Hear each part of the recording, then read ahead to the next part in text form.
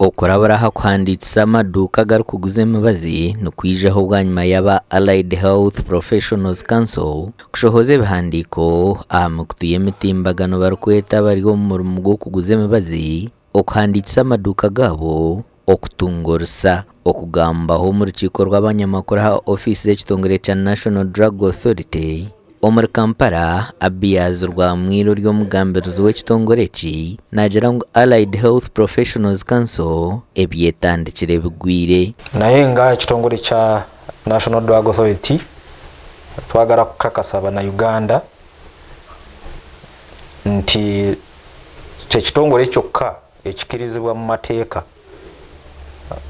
ga Uganda okuwa license oba okukkiriza abo bonna abaagala okweyingiza mu business abo baagala kuyingira mu business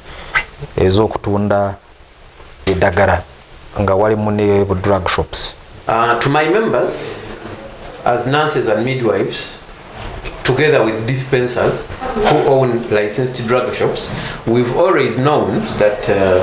the regulatory body and licensing body for drug shops within the country, including pharmacies, is National Drug Authority, according to the National Drug Policy and Authority Act. Rwamwiro mu kugamba kwe nagira ngu ebiragiro bya Uganda bikahereza National Drug Authority yonkorsa orw'okukyebera hamwe n'okuhandiika amaduuka g'emibazi ngu kandi ebirikurabamu n'okwenda kuhabisa Abanyayuganda. Twagala kukakasa Abannayuganda n'okubalabula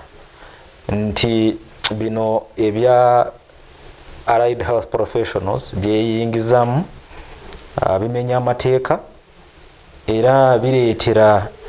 biyinza okuleeta oba okwongera okuleeta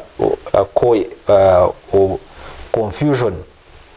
mu bikwatagana n'omukuregulatinga eddagala mu ggwanga. Ogona yarabaraba Allied okwetantara okuhabisa abantu hamwe n'abamaduuka okukuratira amateeka baba nibakora omurimo ogu.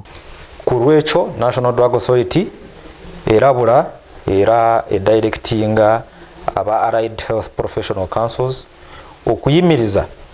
mangu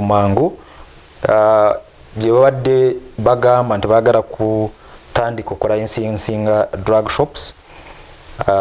kubanga eryo eteeka liwa National Drug Authority obuyinza obwo era tukubiriza n'Abannayuganda nti tebabalimba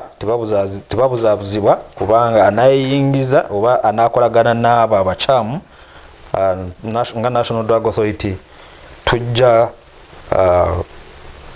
kubakwata obuduuka obwo bugalewo era tubatwale mu